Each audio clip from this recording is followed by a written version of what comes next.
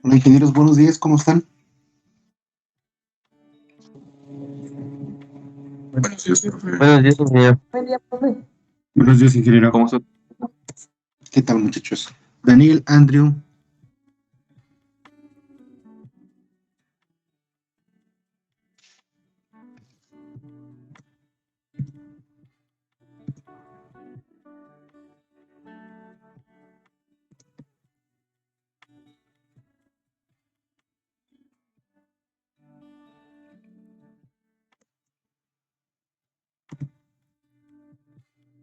Cortés Hernández,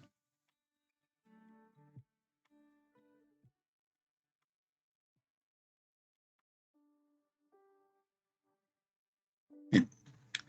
¿Dudas, muchachos, del último tema?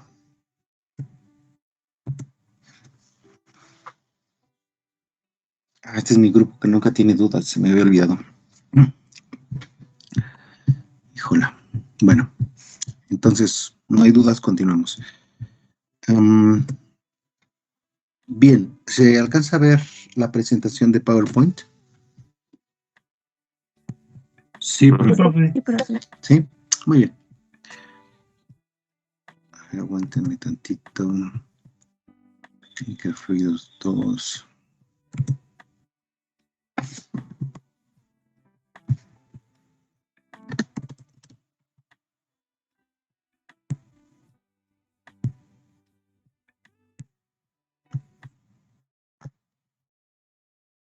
Jóvenes ingenieros, tengo algo que comentar antes de la clase. No sé qué está pasando con este grupo de sexto, que no está quizás tomando en serio su preparación para formarse un conocimiento que te sirva cuando salgas a chambear como ingeniero. He tenido varios detalles. Em, por ejemplo, tuve varias faltas en las prácticas, grupos que no llegaron completos, grupos que llegaban tarde, los que llegaron tarde, llegaron incompletos, no siguieron instrucciones y los tuve que sacar con cero. Um, en fin, algo está pasando con este grupo, no sé qué es lo que está pasando.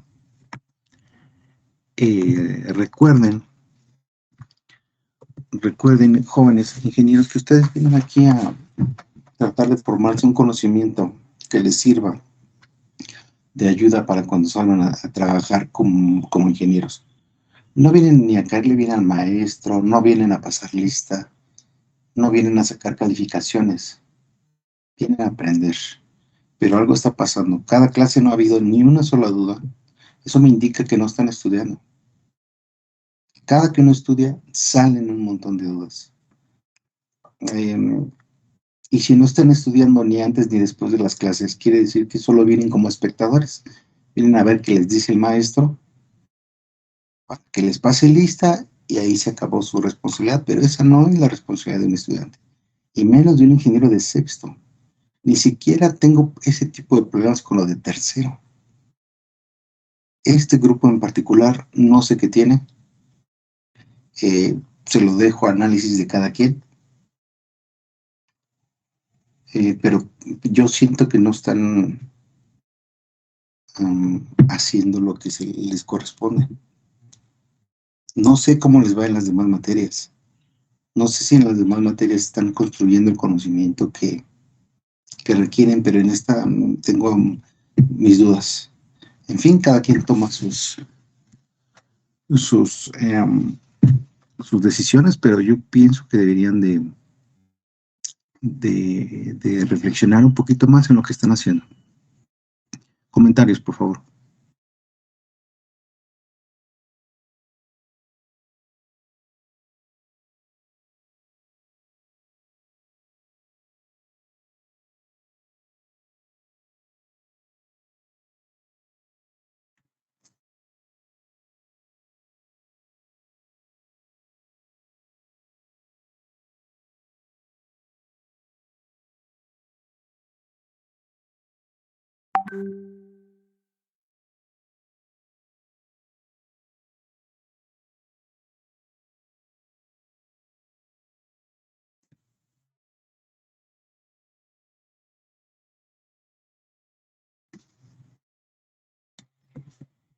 Sí, profesor, creo que nos está faltando estudiar un poco más, como usted lo mencionó desde el principio.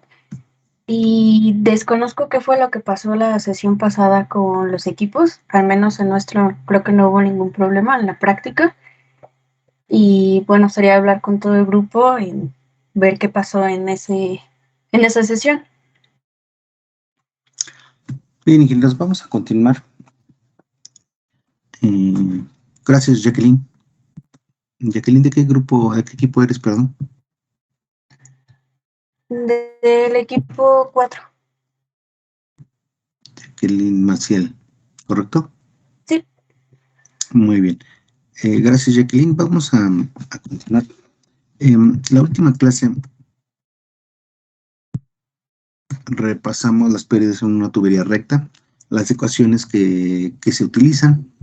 A estas alturas ya se las deben de saber de memoria. Vimos la ecuación de Darcy, en donde vimos que las pérdidas por fricción dependen principalmente de este término que le llamamos carga o altura de velocidad. Es decir, el cuadrado de la velocidad entre 2G, de la longitud, de la distancia de la tubería recta y del factor de fricción. A su vez, el factor de fricción depende, según la ecuación 8.7. Acuérdense que si les pongo un número de referencia es para que tengan dónde estudiar. Estos son números de ecuaciones del MOT. Puede cambiar si toman otro libro, pero son básicamente las mismas ecuaciones. La ecuación de Swami nos dice que ese factor de fricción depende del número de Reynolds, del diámetro interno de la tubería y de la rugosidad del tubo. ¿Okay?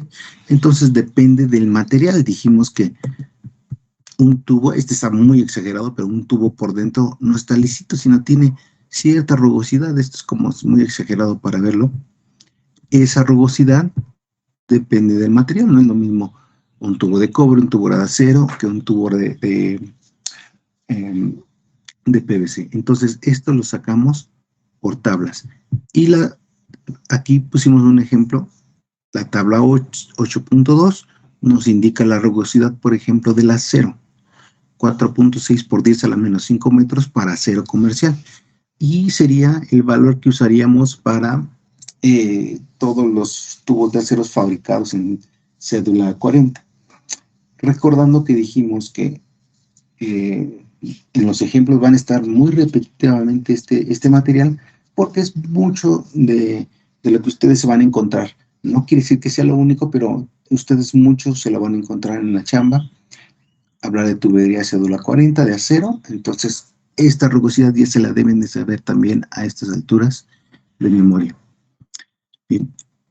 Anteriormente, el factor de fricción se sacaba por métodos gráficos.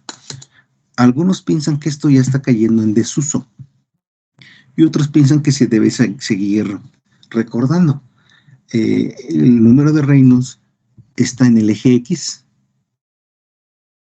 el factor de fricción está en el eje Y y a esto le llamamos diagrama de Moody. ¿Ok?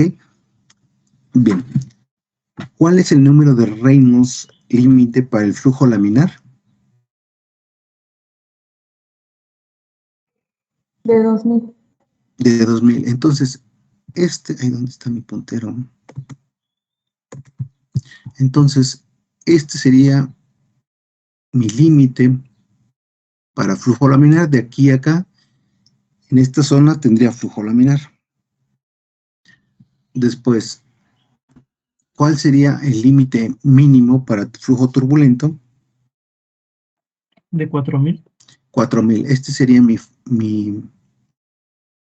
límite de flujo turbulento. De aquí en adelante es flujo turbulento. Y esta zona intermedia entre 2000 y 4000 se le llama zona de transición. ¿Okay? Generalmente, las aplicaciones en las que trabajan los ingenieros mecánicos generalmente están del lado turbulento, ¿ok? Y muy pocas aplicaciones específicas podrían estar en flujo laminar. Entonces, vamos a concentrarnos nosotros en la zona de flujo turbulento, ¿ok? Y aquí el diagrama de Moody nos pone diferentes líneas dependiendo de la rugosidad relativa de la tubería que estés usando, que es la relación entre el diámetro interno del tubo y su rugosidad. Es decir, esta línea sería para un solo tubo, esta línea para otro tubo, y así cada línea es para un tubo que tenga esta relación entre el diámetro interno y su rugosidad. Pausa para dudas. No hay dudas. Bien. Entonces, Sí, profe, perdón. sí. No, o sea, quiere decir que cada línea, no, estamos hablando, por ejemplo, de la división entre el diámetro, entre la rugosidad. Vamos a identificarlo de acuerdo a, por ejemplo, entre lo que nos dé esa división y si nos da, por ejemplo, la 0.005, nos vamos a ir sobre esa línea a identificar qué factor es. Sí, correcto. Ah, ok. Gracias. Entonces, vamos a suponer que ya hiciste tu división entre el diámetro interno de tu tubo, que lo sacas de tabla, y la rugosidad, que la sacas también de la tabla 8.2. ¿Ok? Ok, profe.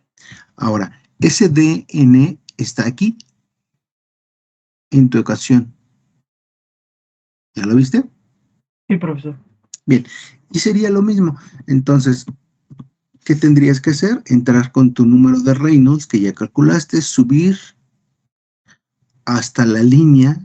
Vamos a suponer que tú calculaste que tu relación de diámetro contra rugosidad es esta. Entonces, hasta donde cruce con la línea y te vas horizontalmente para que te diga el factor de fricción de esa tubería. Ah, ok. ¿Ok? Mientras más hacia abajo es esta curva, quiere decir que son tubos menos rugosos, lo que menos rugosos en relación a su diámetro. Acuérdense que es una relación diámetro y rugosidad. Mientras esa relación es más baja, el factor de fricción va a ser más bajo. Mientras más alta, el factor de fricción va a ser más alto. Esto quiere decir que estos números de arriba serían para tubos, vamos a suponerlo así. Imagínense que tengo un diámetro interno pequeño y una rugosidad muy grande. Entonces este tubo estaría hasta acá arriba. Esa relación de N estaría acá arriba y me va a dar mucho factor de fricción. Bien, ¿por qué dicen que ya se está dejando de usar el diagrama de Moody? Bien, porque ahora esto lo puedes meter a una hojita de Excel. Tú le das los datos y pum, te calcula rápido el factor de fricción. Antes que no había Excel, entonces había que meterse en la tablita de Moody. Entonces, de todos modos, aunque para este curso vamos a usar la ecuación, porque se supone que es lo que se usa más en estos momentos, no quise dejar de mencionarles que también se puede usar métodos gráficos que ya no son muy usados, se pueden todavía llegar a usar, y ya no son muy usados porque ahora se puede usar el Excel para no estar calculando a manita los datos, los metes al Excel y listo, y ella te da el factor de fricción. Pausa para dudas. No hay dudas. Bien, entonces, lo que hicieron en la tarea fue, para diferentes caudales, calcular este factor de fricción usando esta ecuación. Calculabas tu número de Reynolds, tu relación de N, la metías en esta ecuación y encontrabas el factor de fricción. Lo mismo se haría en el método gráfico. Primero habría que calcular Reynolds, después habría que calcular la relación de N, buscar cuál es tu curva correspondiente, subir verticalmente donde cruce con tu relación y te vas para acá. ¿Por qué ya no es muy usado? Aparte de que ya se puede usar Excel, porque aquí no pueden venir todos los tubos. Entonces, si tu relación es intermedia entre estos dos valores, vamos a suponer entre este valor y este valor, hay que hacer ahí una interpolación. Y entonces ya dependo de cuánto hagas tu interpolación bien y de la vista del que esté haciendo esto. Yo, por ejemplo, ya no veo muy bien, entonces posiblemente el valor que yo lea ya no sea tan exacto como el que ustedes hagan. Cosa que si lo hago en la ecuación bien, pues no debe haber ninguna diferencia. Por eso también ya no es muy usado, pero se pueden llegar a presentar uso con diagrama de Moody. Pausa para dudas. Sí, profe. Bueno, en la tarea nos dejó un espacio del primer caudal que iniciábamos era con 25 galones por minuto, pero dejó un espacio. Supuse que yo creo lo había dejado así nada más. O sea, yo no puse nada ahí. Sí, está bien. No. Bien, entonces empezamos con un caudal pequeño en la tarea. Mientras aumenté el caudal, conservando el diámetro, al aumentar el caudal, aumento. Déjeme regresar a la ecuación. Si aumenta el caudal conservando el mismo diámetro, estoy aumentando la velocidad. Al aumentar la velocidad, estoy haciendo más grande este término, velocidad cuadrada sobre 2G, es decir, estoy aumentando la carga o altura de velocidad. Si aumento este término, me va a aumentar las pérdidas totales por fricción. ¿Ok? Pero al aumentar velocidad también modifico Reynolds. Mientras más aumento la velocidad, mi Reynolds aumenta. Y al aumentar Reynolds, aunque se mantiene constante la relación de N, cambia mi factor de fricción. Bien. Pausa para dudas.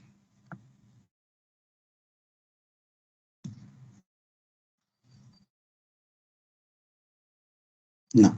Bien. Entonces, ¿qué notaron cuando les pide la tarea graficar el factor de fricción en relación al caudal? ¿Cómo se comporta el factor de fricción y cómo se comporta la pérdida por fricción?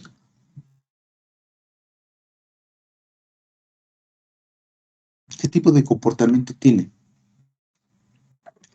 La gráfica, a mí me quedó como de una parábola. ¿Okay?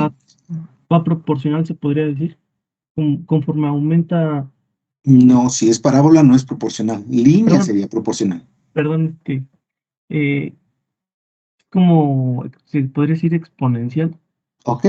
Entonces, lo que se ve en las gráficas, bueno, las que abrí 2 o 3 de las tareas, es que no es un comportamiento lineal, es decir, no es un comportamiento directamente proporcional. No es de que pueda calcular el primero, el último, uno de los 2 puntos, saco la recta y todos los demás van a quedar ahí, sino que cada uno va cambiando de manera no lineal, de una manera exponencial, como lo acaba de explicar el ingeniero. Entonces, eso es algo que deben de tomar en cuenta. Las pérdidas por fricción no se comportan de una manera lineal. Cuando aumentas al doble la velocidad, no es que aumentes al doble la pérdida. ¿Por qué? Porque varían con el cuadrado de la velocidad. Entonces, es un comportamiento no lineal. Eso es algo que deben de tener muy en cuenta. ¿Ok? Y entonces, así es como fueron calculando la pérdida por fricción en una tubería recta. ¿Ok? Pausa para dudas, muchachos.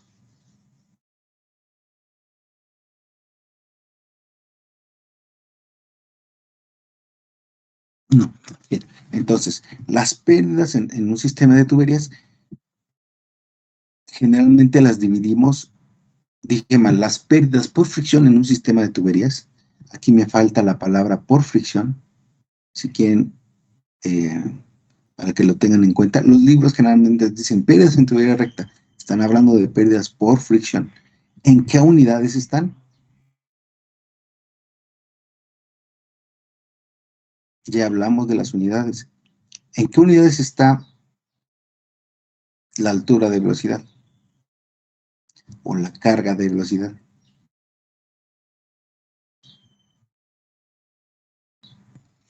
En metros, por decir de qué se las carga. En metros, si es que está en sistema internacional, correcto, está en unidades de longitud.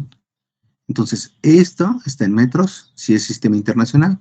El en D no tiene unidades, porque son, si sistema internacional, metros entre metros, esta no tiene unidades. Factor de fricción no tiene unidades, entonces todo esto estaría también en metros. Sin unidad por metro, nos da metro. Unidades de longitud. Acuérdense que unidades de longitud no es que estemos midiendo metros de tubería, estamos midiendo energía. Déjenme hacer un garabato. Ay, ¿qué hice? Estamos haciendo, dije, ¿dónde está la pluma? Energía. Voy a poner así con palabras, con letras, energía por cada unidad de peso.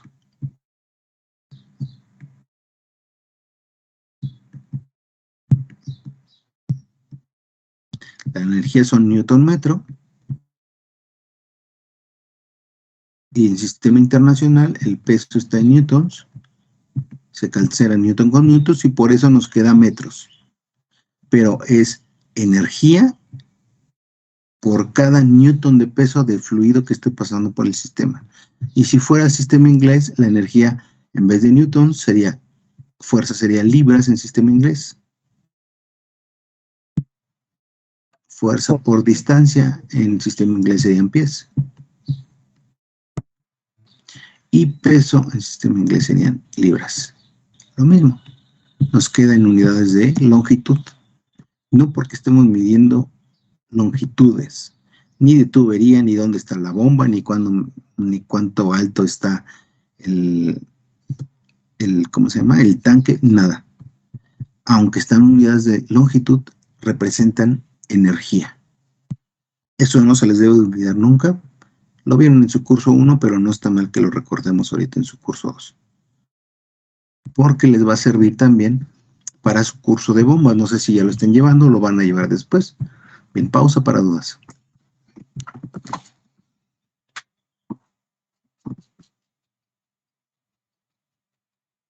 ¿No? Bien. Vamos del diagrama de Moody. Bien. ¿Dónde está mi puntero? Ahora, pausa, ¿dudas? No. Bien. No, profe. Entonces, Profe, sí. este diagrama es como el que se ve igual en bombas, que es como curvas características de la bomba. No, este es otra cosa. Este es un diagrama de No, sí, pero es factor de para el fricción. tubo. ¿Es parecido? ¿Algo así? No tiene nada que ver. Es complementario. Ah, ok. El que ves, ¿estás llevando bombas? ¿Vale? No, es ¿Estás? que lo llegué a ver en un libro de máquinas hidráulicas. Ok. El que ves, estoy buscando un espacio para hacer un garabato. El que ves en el que viste en el libro es una cosa así. Aquí viene el caudal. Aquí viene la altura de la bomba. Y si es una bomba centrífuga, generalmente se comportan algo más o menos así. Una curva que va cayendo. ¿Sí? ¿De esa hablas? Sí, pero sí. ¿Sí? Donde puedes ver la curva de eficiencias, de potencia demandada a la bomba, de NPSH y no sé cuántas cosas. De esa gráfica me estás hablando, ¿no? Ah, sí, esa es la que vi. Ok. Nota que los ejes no tienen nada que ver. Aquí es caudal y aquí es altura de bomba. Sí, sí, sí. El diagrama de Moody, aquí es Reynolds y aquí es factor de fricción y de este lado es rugosidad relativa del tubo. No tiene nada que ver. Son complementarios. Dígame, pueden ser complementarios. Los puedes utilizar juntos para ir resolviendo un problema de bomba. Pero no es la misma curva. No sé si respondí tu duda, hijo, o te enredé más. No, sí, gracias, profe. ¿Sí? Ok. Sí. Bien. Entonces, ahí se me fue la onda. Ah, sí. Estábamos hablando entonces de el diagrama de Moody. Y decíamos, con la ecuación vas calculando primero el número de Reynolds, lo que saca si es turbulento o no. De aquí para acá todo es turbulento. Y dependiendo de qué tan turbulento, va subiendo a tu curva correspondiente. Bien, eso es para las tuberías. Para el cálculo de fricción en otros elementos como válvulas, no se calcula este factor de fricción. No se calcula. Se lee directamente el factor de fricción de la zona de turbulencia completa. Bien, no sé si tienen por ahí ustedes un diagrama de Moody. Si tienen el libro, generalmente aparece en el diagrama de Moody esta línea punteada. Y nos dice que a partir de esa línea hacia la izquierda, ahí dije mal, hacia la derecha, ya no sé cuál es izquierda y derecha. Ya estoy como los que... ya me acordé de algo que pasó en la... A ver, mis ingenieros, había varios que no sabían cómo se cierra y cómo se abre la llave. Y me estaban ahí peleando si estaban cerrando, si estaban abriendo, no sabían. Bien. Se cierra y se abre igual que una botella de agua, es decir, es un tornillo cuerda derecha. Bien, está bien, ya se quemaron conmigo, no pasa nada, pero ahora utilicen esa experiencia para que nunca más se les vuelva a olvidar cómo se cierra y cómo se abre una válvula con cuerda derecha. Esto practican todos los días con su botella de agua para que cuando vayan a hacer un examen a la empresa en donde quieran entrar, no se vayan a quemar y se den cuenta que mis ingenieros no saben abrir una válvula. Entonces, es igualito que una botella de agua. Practiquen todos los días para que no se les olvide cuando vayan a hacer su examen a la empresa. Bien, ahora, regresamos. Esta línea nos indica que a partir de ahí hacia la derecha se encuentra la zona de turbulencia completa o turbulencia completamente desarrollada, como hay diferentes formas de expresarlo. ¿Qué quiere decir? Noten, por ejemplo, voy a agarrar esta curva de aquí abajo para que sea más drástica la cosa. No, esta de aquí. Voy a agarrar esta de aquí, ¿sale? La voy a marcar para que, a ver si se alcanza a notar lo que quiero. Ay, pero no tiene un marcador. Voy a agarrar esta. Viene así. La voy a marcar, me va a quedar toda chueca, no importa, ustedes lo hacen bien. Y aquí se junta con todas y va a ir juntada con todas. Ahí está mi curva. Ok, entonces, si yo calculo mi número de Reynolds aquí, subo, aquí se va a juntar con todas y vengo de este lado para calcular mi factor de fricción. Lo voy a hacer con un número de Reynolds menor, me daría un mayor factor de fricción. Y conforme avanzo hacia la derecha, va a ir bajando mi factor de fricción. Conforme avanzo hacia la derecha el número de Reynolds, es decir, mientras más caudal le dé y más turbulento se vuelva mi flujo, mi factor de fricción va a cambiar. Y así se va a ir cambiando, va a ir cambiando, va a ir cambiando, hasta un momento, para esta curva, hasta este momento donde se cruza con turbulencia completa, aunque aumente el número de Reynolds, aquí como ya se volvió prácticamente horizontal, entonces ya no cambia mi factor de fricción. Repito, aquí aunque aumente mi número de Reynolds,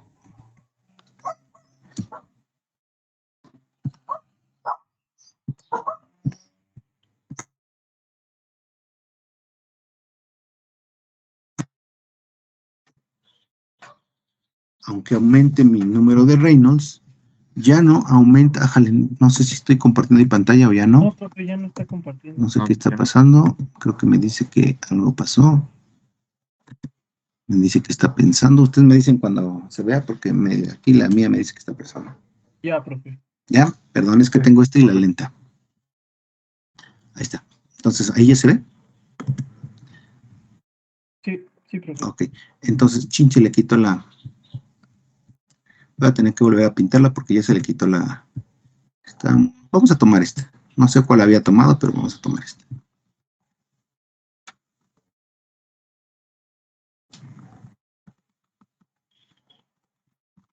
Ahí me fichó tocho otra vez. Bien. Entonces, decíamos, a partir de este punto de la línea punteada, no importa que aumente el número de reinos, como ya se me volvió horizontal mi línea, ya no va a cambiar mi factor de fricción. Pausa para dudas. Sí, profe. Bueno, en el libro dice que también, aparte de ser una línea divisoria de turbulencia, también es la zona de transición, pero ahí sí ya no entendí por qué. No, la zona de transición es esta que está acá. Bueno, es que en el libro dice que es una línea divisoria entre la zona de turbulencia completa y la zona de transición, pero ya no entendí por qué decía que también en zona de transición. No, a ver, esta parte de aquí entre 2000 y 4000, esta es su zona de transición. Aquí no está definido si es laminar o si es turbulento. Es una zona que está en medio y casi ninguna aplicación hasta aquí. ¿Ok? A esta le llamamos zona o región de transición. Ahora, esta línea está más a la derecha, no pasa por esta zona de transición y divide. Aunque está en la zona de turbulencia, todo esto es turbulencia, a la derecha de esa línea, que es también imaginaria, es una línea punteada, le llamamos zona de turbulencia completa. Divide la turbulencia en dos. Esta es turbulencia y a esta le llaman turbulencia completa o completamente desarrollada. Y quiere decir que aunque aumentes el caudal y con eso aumentes el Reynolds, ya no va a cambiar prácticamente tu factor de fricción. ¿Okay? Nota esta, por ejemplo, en todo este tramo, aunque sí va cambiando poquito, prácticamente ya es horizontal, lo podemos ver por la línea de arriba de referencia. Entonces, toda esta prácticamente ya no cambia, excepto al principio cambia un poquitín. Pero prácticamente toda esta región de turbulencia completa se mantiene el factor de fricción constante muy cerca del valor de 0.06, ligeramente abajo de 0.06. ¿Okay? Y lo mismo con todas. Entonces, vamos a tomar que a la derecha de esta línea, nuestro factor de fricción prácticamente ya no cambia. Entonces, si ya no cambia, para válvulas ya no se utiliza esta ecuación. Dicen, ay, pues si ya no cambia, ya no metemos esta ecuación. Simplemente nos vamos al diagrama de Moody, vemos la transición completa y vemos cuánto vale. Esa sería una. ¿Ok?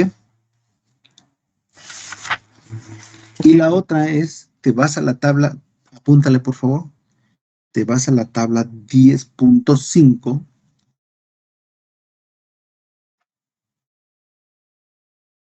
Sí, profe. Te vas a la tabla 10.5 del mecánica de fluidos del MOT y ahí te dice cuánto vale ese factor de fricción para turbulencia completa, pero la desventaja es que solamente viene la tabla para acero comercial.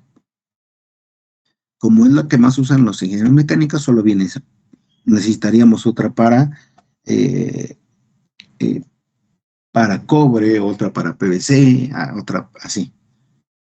¿Okay? Nosotros, como vamos a hacer nuestros ejemplos con acero, pues con esa nos hace mucha ayuda. Y nos evitamos calcular esta pequeña ecuación. No para la tubería recta, ahí no me salgo, ahí la tengo que aplicar. Pero para las pérdidas en accesorios, es decir, válvulas, válvula check, válvula de globo, etc. ¿Ok? Y ahí voy a hacer una pausa para duda. Oiga, profe, por Sí. ejemplo,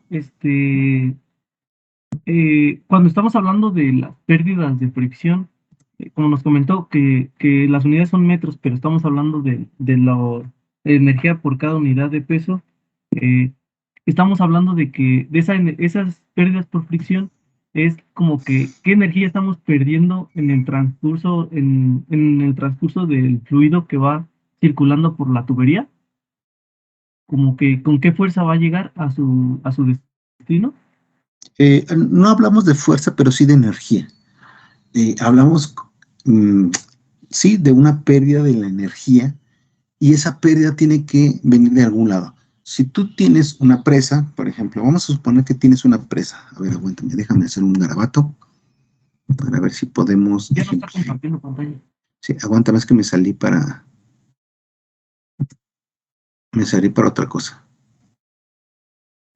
Bueno, es que mi pregunta va enfocada a los tinacos del hogar, porque Ajá. ya ve que, bueno, últimamente, de hecho también le quería preguntar que antes se utilizaba la tubería de cobre, Ajá. pero por la economía y todo, ahorita ya empezó, hace como 10 años empezó a salir el tubo, el verde, que de igual manera, estaba leyendo que de igual manera lo sustituyeron por la economía y por las pérdidas. El tubo verde te genera menos pérdidas. De hecho, es un Es poco más más liso por liso. dentro. Sí, es más liso por dentro. Sí. Vamos a suponer lo siguiente. Imagínate que estás en tu casa. Perdón por mis dibujos de primaria, pero así me salen. Ahí está. Ahí está mi casa. Ahí está mi casa. Listo.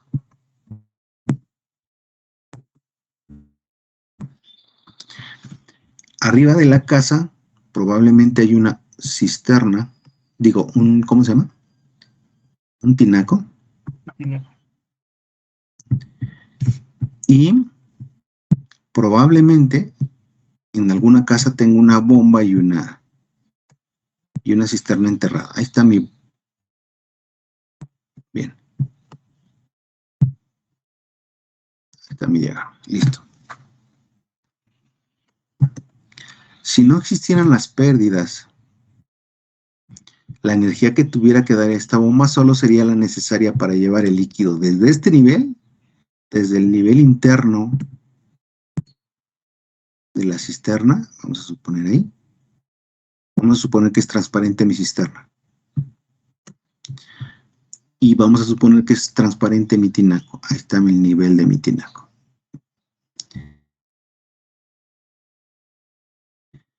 Si no hubiera la energía que diera la bomba, sería solamente para subir desde este nivel hasta este nivel, ¿correcto? Ese sería el trabajo de la bomba. Las bombas generalmente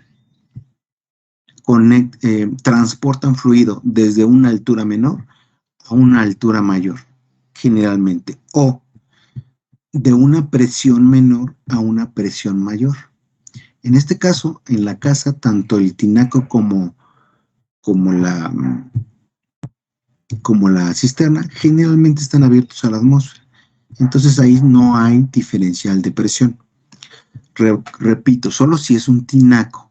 Si es un hidroneumático ya es otra cosa. ¿Okay? Ahorita hablamos del hidroneumático. Bien, vamos a hablar primero de del tinaco. Este está abierto a la atmósfera, quiere decir que sobre el líquido la presión que está es la atmosférica. Y este está abierto a la atmósfera. Otra vez indica que sobre el líquido la presión que se ejerce es la atmosférica. No quiere decir que la cisterna está destapada, porque ahí si llega un niño y se te cae. Quiere decir que hay algún medio, casi siempre tienen un pequeño tubito para que por aquí entre la presión atmosférica y lo que esté aquí sea la presión atmosférica en este nivel. Bien. Entonces, la bomba tiene que proveer la energía necesaria para pasar de este nivel a este nivel, más todo lo que se pierde por fricción. Entonces, lo más fácil es calcular esta energía de diferencia de niveles. Es energía potencial. Lo que cuesta un poquito de trabajo es calcular cuánto vas a perder por energía. Cuando hablamos de esa pérdida de energía, La hablamos en metros para que sea una forma fácil y poder sumarla a los metros que ya teníamos por diferencial de posición de energía cinética. Dije mal, en diferencial de energía potencial. Sí, no sé si más o menos me explico con eso, hijo. Sí, profe. Sí, lo entiendo, gracias. Bien, ahora, mientras más rugoso sea el tubo, más pérdidas va a haber. Entonces, lo que hablaba el compañero hace rato es, cambiaron ahora el tubo de PVC verde, ¿no? Antes generalmente era tubo, este tubo de acero que por fuera está galvanizado. Bien, como este tubo, mientras más rugoso sea, pierdo más, a la bomba le va a costar un poquito más de trabajo. Al costarle más trabajo, va a demandar más energía del motor eléctrico. Al demandar más energía del motor, la cuenta que pagues por luz va a ser ligeramente mayor que con tubos que tengan menos pérdida. Entonces, aquí va a depender mucho de en dónde te toque jugar en la industria. Si tú estás del lado del usuario, imagínate que tú trabajas como ingeniero para la empresa que va a usar esta tubería. Entonces, a ti te va a importar que esta tubería gaste lo menos posible, vas a hacer varias comparaciones, para que el recibo de luz que pagues a lo largo del tiempo, porque estos sistemas duran muchos años. Por ejemplo, si tu casa tiene una bomba, bueno, pues lo vas a usar todos los años.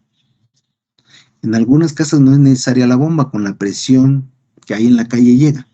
Pero si tu casa o tu edificio tienen una bomba, eso se va a usar siempre. Te conviene como usuario tratar de buscar que esas pérdidas sean razonablemente muy pequeñas para que tu recibo de luz no te llegue tan alto. Si tú eres el vendedor de la bomba o de la tubería o de ambos, posiblemente para competir te importe primeramente llegar con una oferta, digamos, un poquito más económica. ¿Cómo podría hacer eso? Haciendo la bomba más chica y haciendo los tubos más chicos. Si reduzco para una misma necesidad de caudal, si reduzco el diámetro, ¿qué va a pasar con la velocidad?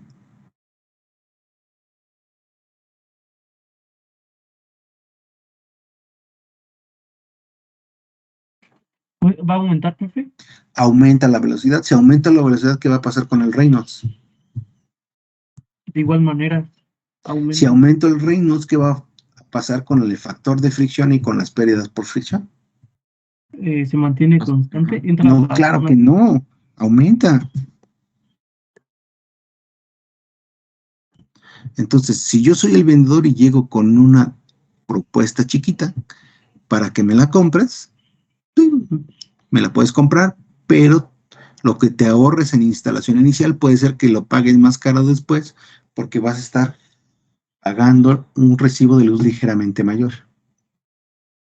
Y ese, aunque puede ser solamente ligeramente mayor, va a ser constante. Todo el tiempo lo vas a tener que pagar. Como usuario tienes que decidir eso. ¿Quieres ahorrarte en instalación, aunque a la larga te salga un poco más caro la luz?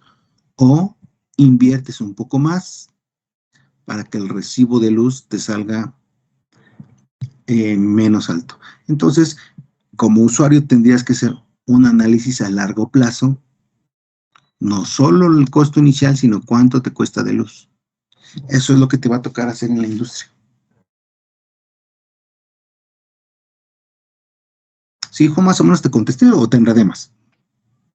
No, sí, profe, sí me contestó. Gracias. Bien, entonces, sigamos. Bueno, vamos a aprovechar este dibujo. Antes de seguir con eso. Dijimos que era diferente para un tanque hidroneumático. En algunas casas, en vez de tener el tinaco arriba, vamos a suponer, déjame borrar, o déjame poner un lado.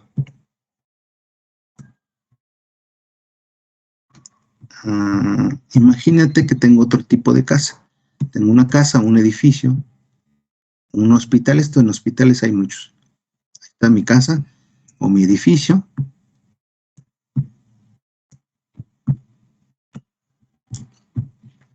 En algunas ocasiones, en el sótano o en algún piso intermedio, tenemos un tanque hidroneumático, que es un tanque de acero cerrado.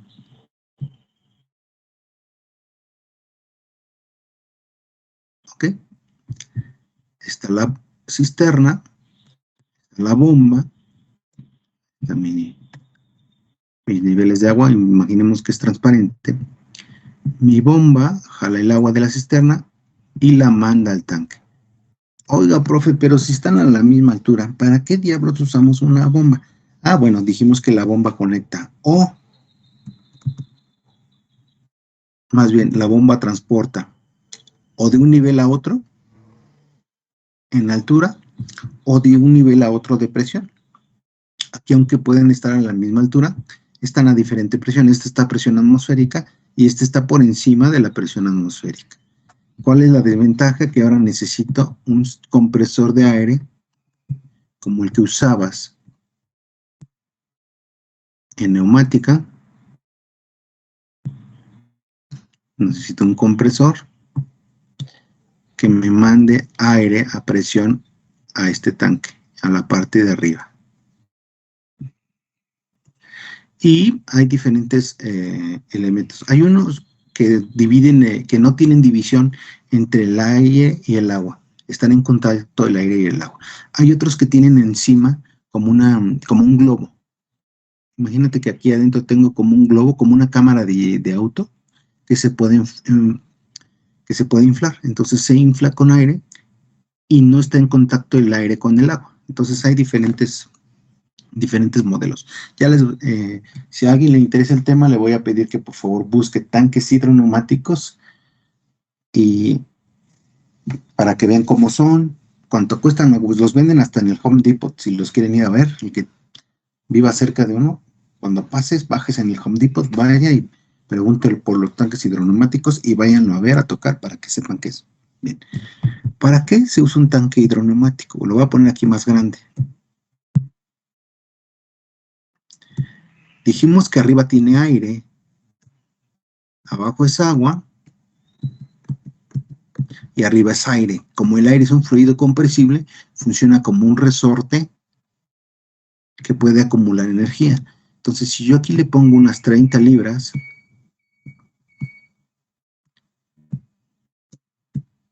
que es algo más o menos normal para un tanque hidroneumático, prendo mi bomba, lleno hasta este nivel el tanque hidroneumático y ahí se queda. Cuando llegue a este nivel se apaga. Cuando tú requieras agua, esta presión que está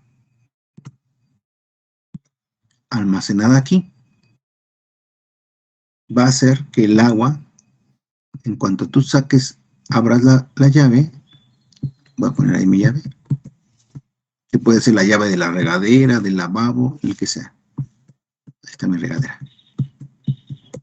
En cuanto abras esta válvula, la presión que tiene acumulada el aire empuja al agua y la manda hacia donde la tenga que mandar. ¿Okay? Entonces, no sé si alguien viva en un edificio o en una casa que tenga tanque hidroneumático. Ahí la desventaja es que ahora necesitamos un sistema que nos mantenga esta presión. Entonces, respondiendo a la pregunta del ingeniero, generalmente las bombas llevan el nivel dije mal, las bombas transportan líquidos desde un nivel menor hasta un nivel mayor de energía potencial, es decir, diferencial de alturas, o desde un nivel diferente de presiones, de una menor a una mayor. O ambas, puede ser que este de acá arriba también esté a presión. Entonces transportaría altura y transportaría a diferencial de presión. Y hay que calcular, como decía el ingeniero, las pérdidas que se van a tener. Ya saben calcularla en tubería recta. ¿Qué nos faltaría ahora? Empezar a calcular en codos, en válvulas, es decir, en elementos secundarios. Pausa para dudas.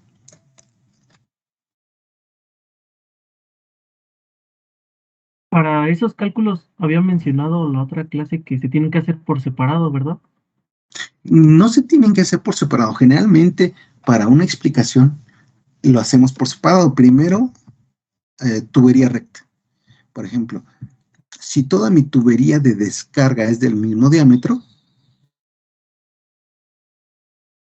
separo los tramos rectos. Vamos a suponer que ese es un tramo recto. Lo sumo con ese tramo recto. Si tuviera más tramos rectos, separo todos los tramos rectos y los sumo. Listo. Y lo calculo como lo hicieron en la tarea. Y ya tengo las pérdidas en mis tramos rectos. Y me faltaría sumarle ahora mis pérdidas en el codo, en las válvulas, en todos esos rollos. ¿Ok? Entonces ya hicimos el de tramo recto. Vamos a hacer una, por ejemplo, con codo. O uno con válvula, como ustedes quieran. Bien. Ya habíamos dicho, déjenme ver dónde estoy. Bien, vamos a hablar primero de las válvulas. Generalmente hay diferentes válvulas. Les voy a pedir, por favor, que investiguen cómo funcionan diferentes tipos de válvula. Esta es una muy común, es una válvula de compuerta. Se le llama así porque aquí adentro tiene una compuerta. Este tornillito levanta la compuerta de aquí adentro. Si yo veo la válvula completamente abierta, se ve del otro lado. Las válvulas de compuerta generalmente son hechas para todo o nada, es decir, o completamente cerradas o completamente abiertas. Generalmente no se usan para controlar caudal. Si yo requiero la mitad del caudal, no utilizo para controlar una válvula de compuerta. Se puede hacer, sí, pero no es tan fácil controlar caudal con una válvula de compuerta. Generalmente las válvulas de compuerta son para o abres todo o cierras todo. ¿Sí? Esta que estamos viendo aquí, por ejemplo, se conecta por medio de bridas. A esto le llamamos bridas, este tipo de plato con agujeros. Este es una brida. Otra cosa que podemos ver, no es parte de la clase, pero no está mal que lo vayan sabiendo. Si es una brida lisa, generalmente son para presiones menores a 150 libras. Y si es una brida realzada, es decir, si aquí tuviera un escaloncito, me indicaría que son para presiones mayores. Aquí, como es una cara plana, quiero pensar que esta es una válvula para una presión como máximo de 150 libras. Y como es una válvula de compuerta, generalmente estaría hecha para abrir todo o para cerrar todo. Otro tipo de válvula muy común es la válvula de globo. Noten que a diferencia de esta si me asomo cuando está completamente abierta, puedo ver del otro lado.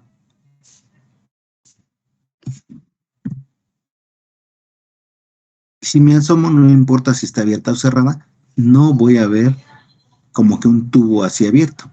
Aquí el fluido no pasa así recto, sino que pasa así hacia abajo, sube, y con este embolito, que puede ser plano, que puede ser cónico, que hay diferentes formas, controlo la apertura y entonces estas se usan para controlar el caudal. Y estas tienen un sentido. Noten aquí la flecha. Me indica hacia dónde va. Esta fuerza tiene que pasar ahí para poder controlar adecuadamente el caudal. Profe, ¿y si la conecto al revés no pasa? Sí, sí pasa, pero ya no controlas adecuadamente el caudal. Bien, noten que esta no tiene sentido. Puede ir hacia allá o hacia acá. Solo es una válvula para abrir o cerrar totalmente. Y la de globo se utiliza generalmente para controlar caudal. Pausa para dudas. Aquí está otra vista. Noten que aquí, cuando me asomo, no se ve como un tubo que puedo ver directamente al otro lado. Estas generalmente son de globo. Hay muchas válvulas, pero estas son las más típicas. Apunten, por favor, les voy a pedir que investiguen las siguientes válvulas. Válvula de compuerta, válvula de globo, válvula de bola o de esfera, válvula de mariposa, válvula macho. Busquen cualquier fabricante, muchachos, cualquier fabricante que a ustedes se les ocurra. Ah, miren, aquí estoy viendo y me acabo de acordar. Aquí se alcanza a ver parte de la marca. Esta marca, por ejemplo, se escribe así.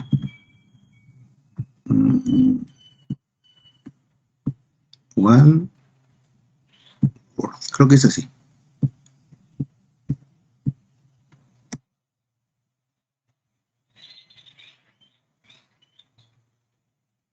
Busquen esa marca si quieren, busquen sus folletos y busquen las diferentes válvulas. Hay un montón, solo las que más se van a encontrar son las que les acabo de decir.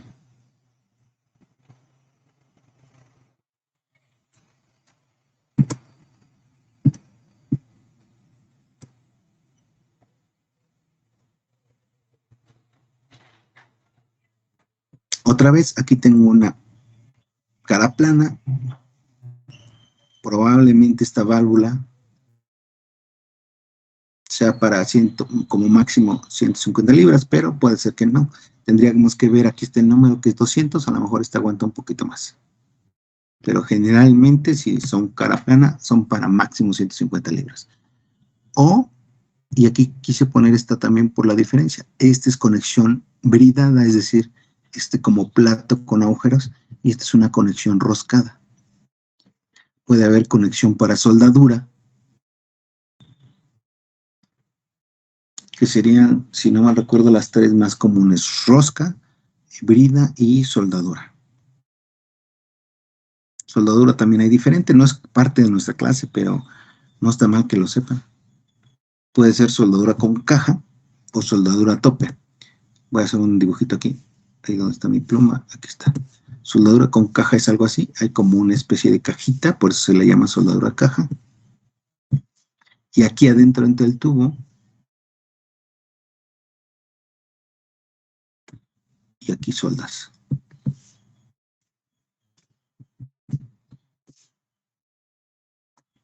O soldadura a tope, sería algo así. Tiene una terminación así, como un pequeño bisel. Repito, no es parte de la clase, pero no está mal que lo sepa. El otro tubo llega así, también tiene un pequeño bisel. Y tú aquí soldas.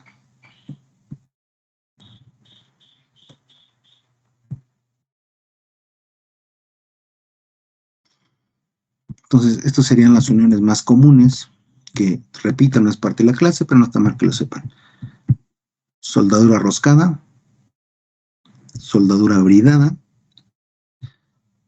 soldadura, ahí dije mal, conexión roscada, conexión bridada, conexión a soldadura, soldadura con caja y conexión con soldadura a tope.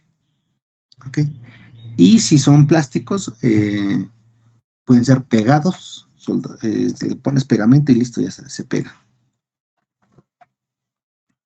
Hay un montón más de uniones, pero no es parte de nuestra clase, nada más estamos mencionando algunas que posiblemente se encuentren en su carrera. Hay otras materias donde ven esto.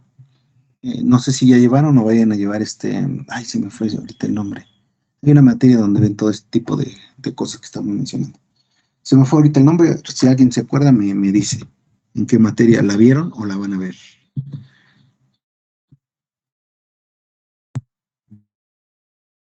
Instalaciones mecánicas, creo que se llama.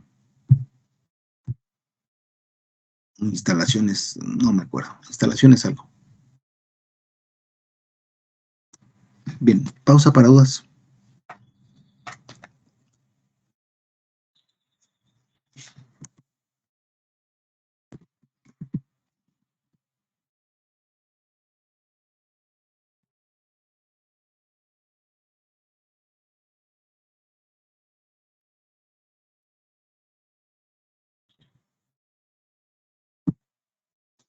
Bien, Por mi parte, no, profe. ¿no? Bien, háganme un favor. En la tarea, creo que les pedí un tubo, no sé si era de 4 o 5 pulgadas. Creo que era de 5, ¿verdad? pulgadas. Cédula 5 40. pulgadas. Ok. Y creo que les pedí calcular desde 25 galones en adelante hasta por ahí de 300, ¿no? Sí, profe, hasta 300. Háganme un favor. Con esas 5 pulgadas vamos a trabajar con acero cédula 40. 5 pulgadas y, ¿qué será? Pónganme la mitad, unos 100 galones para que sean números fáciles. Ustedes ya tienen los cálculos. ¿Cuál es la velocidad para 100 galones por minuto en un diámetro interno de un tubo de cédula 40 de acero de 5 pulgadas? Ya lo tienen en la tarea, búsquenlo nada más. ¿Cuánto les da la velocidad para el de 100? Me da .516 metros por segundo.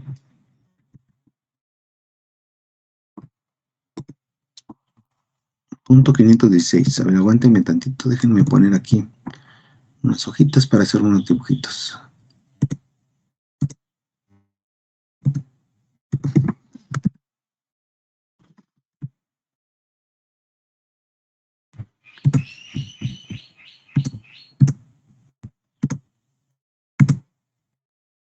Vamos a hacer un garabato, ¿eh? Ustedes me dicen si se alcanza a ver.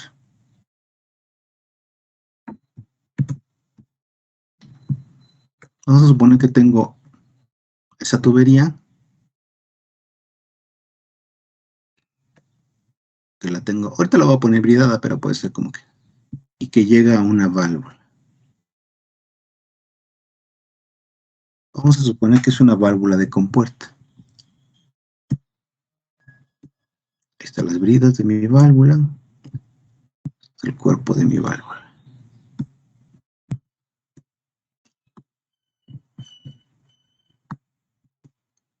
Vamos a suponer que es una válvula de compuerta, que acá arriba tiene su vástago y su llave, que ya no se les va a olvidar para dónde se abre y para dónde se cierra, porque ya van a practicar todos los días con su botella de agua. No se vayan a quemar cuando vayan a buscar chamba, ¿sale? Ahí está mi conexión. Listo. Aquí están sus tornillos.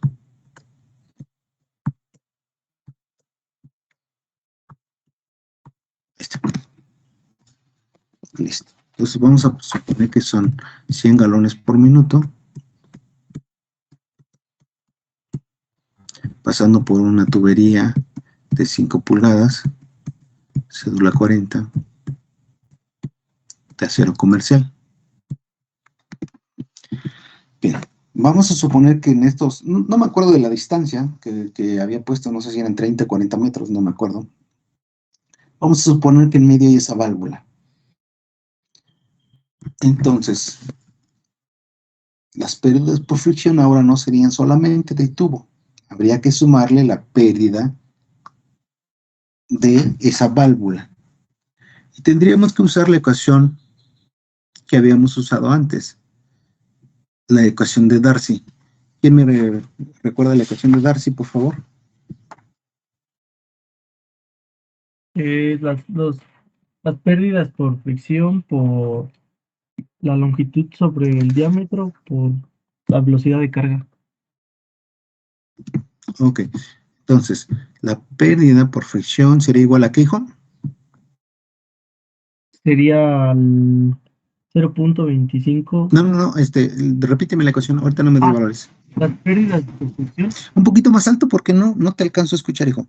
Acércate más a tu Las micrófono. pérdidas por fricción, que es FS, Voy a cambiar ligeramente los subíndices. Factor de fricción, ahorita lo vemos por qué. ¿Qué más? por la longitud Longitud sobre el diámetro, por el diámetro, ¿correcto? por la velocidad de carga, que es velocidad al cuadrado sobre 2 veces la gravedad. Velocidad al cuadrado sobre 2G. Ahí está. Ahora, para válvulas, en vez de longitud, va a decir longitud equivalente. ¿Eso qué quiere decir? Vamos a suponer que tomo esta válvula y la meto ahí en este tramo de tubería. Al meterla aquí va a incrementar la pérdida. Una de las formas de medir su pérdida es, ¿ves cuánto la aumenta? Y lo comparas con tubería lisa. Y luego dicen, meter esta válvula aquí fue como aumentar, estoy diciendo alguna tontería, fue como aumentar 10 metros de tubería. Entonces la longitud equivalente sería eso. Cuando yo metí esta válvula, aumentó las pérdidas como si hubiera aumentado tanto tramo de tubería sin válvula. Entonces, longitud equivalente quiere decir eso. ¿Cuánto equivale eso en tubería? Ahora, en vez de factor de fricción, va a cambiar a factor de turbulencia completa. Ya no vamos a calcular con la ecuación. Como ya sabemos que va a estar en la parte plana, donde aunque aumente el Reynolds, no va a cambiar. Solo para válvulas, no se van a hacer bolas para tubería recta, me van a seguir usando la misma ecuación. Para válvulas y codos van a usar FT. ¿Y de dónde la van a sacar? Apúntenle, por favor, tabla 10.5, que se las voy a poner. Tabla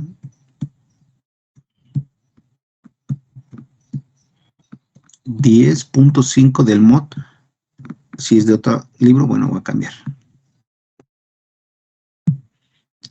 ¿Alguien tiene la tabla 10.5 del MOD?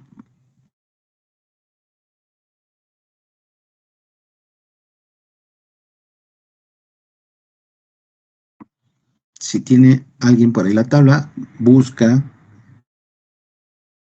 el tamaño nominal de tubería, que en este caso es 5 pulgadas, y ve el factor de fricción a turbulencia completa para acero comercial. Esta tabla solo es para acero comercial. Si es para cobre, si es para PVC, ya no sirve esta tabla. Solo es para acero comercial. Si alguien la tiene en la mano, me puede decir cuánto es el factor de fricción de turbulencia completa. Yo la tengo, profe. Hágame un favor. 0.16. ¿Para 5 pulgadas? Sí. 0.016. Sí.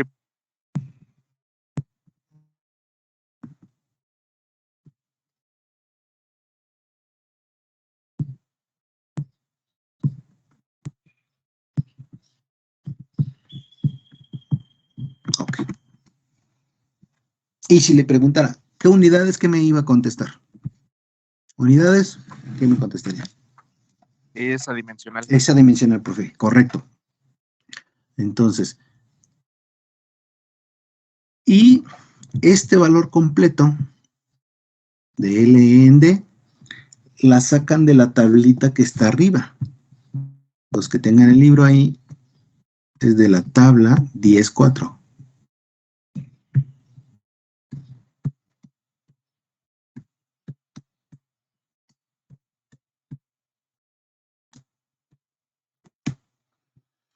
En esa tabla vas a buscar el tipo de válvula, porque ahí vienen varias, viene la válvula de globo, de ángulo, ¿qué dijimos que será esta? De compuerta, ¿correcto? Sí, profe. Sí, profe. Vamos a suponer que la tengo abierta por completo. ¿Qué valor tiene para una válvula abierta completo? Sería 8. de 8. 8. Entonces, para compuerta, yo escribo muy mal, entonces ustedes pónganla completa, no me voy a poner algunas palabras. Completa.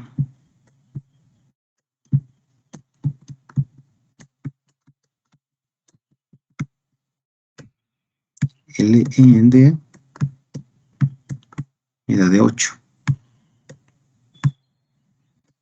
Entonces ya tengo este valor. Ya tengo este valor. Ya tengo este valor. ¿Qué es lo único que tendríamos que hacer? Calcular la velocidad de carga. Que ya lo tienen de la tarea. Esa ya me la pueden decir.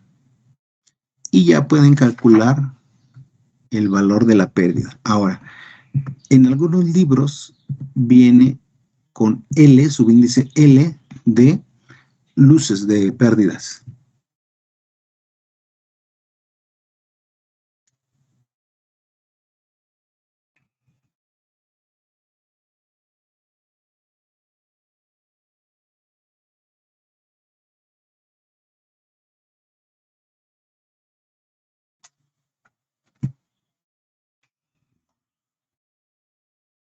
Bien. Entonces, noten que es más o menos fácil calcular ahora por otros. Ya calculamos lo de tubo recto.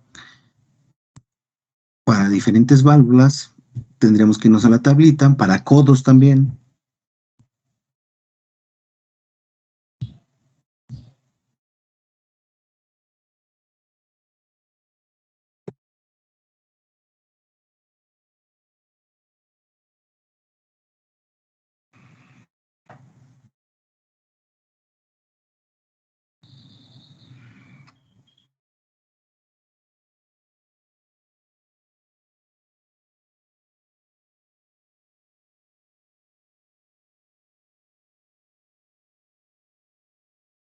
Bien, ¿quién me puede dar el cálculo, por favor, para hacer galones por minuto?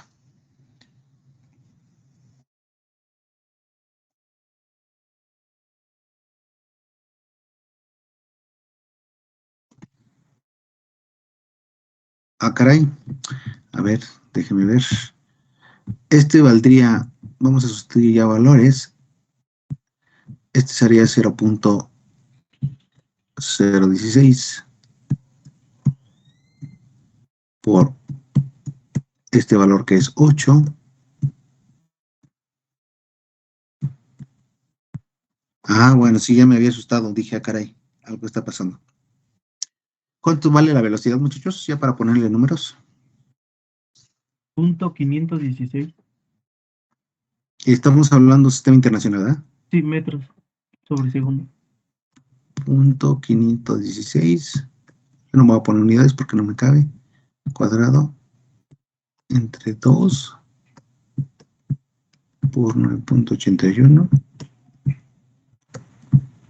Y ya me dan el resultado ahora sí. Ya me lo había dado el compañero, pero ya se me olvidó. .016, ¿verdad? Está 1.7370 por 10 a la menos 3. Gracias.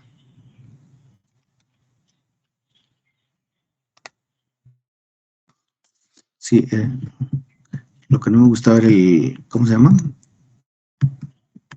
El exponente, pero sí, ya, por 10 a la menos 3 sí ya suena mejor. Por 10 a la menos 3 unidades.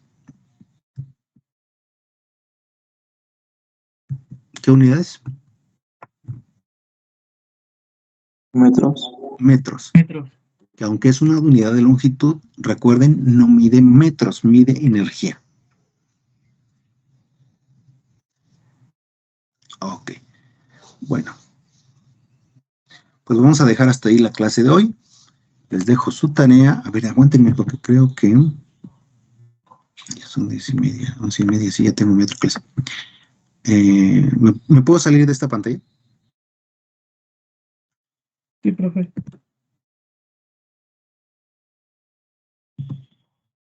Aguántenme tantito porque quería ver el calendario. ¿Estamos a cuánto? ¿A 6?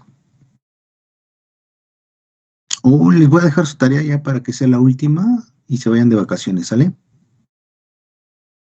Posiblemente, sí. Les voy a dejar su última tarea para que se vayan de vacaciones con esta de pérdidas. Ahora, ¿qué es lo que vamos a hacer?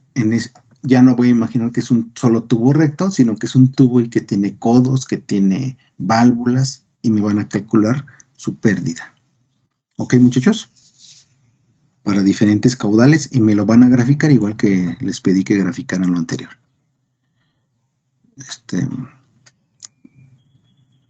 Pausa para dudas.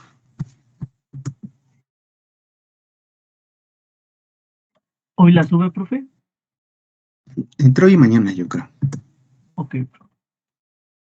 Déjenme pasarle lista. Bien, ya está mi lista. Bien, muchachos, pues entonces les paso su tarea, yo creo que mañana, y para que se vayan de vacaciones. O quieren que les deje tarea de vacaciones. Para que vengan, pero con ganas. No me gusta mucho dejar las tareas de vacaciones porque generalmente nadie me las hace o me las hacen todas mal. Y regresan peor que como se fueron. Pero ya lo veremos. ¿Ok? Entonces, gracias muchachos. Nos vemos la próxima clase. Adiós. Hasta luego, profe. Gracias. Gracias, No, profe. profe, gracias.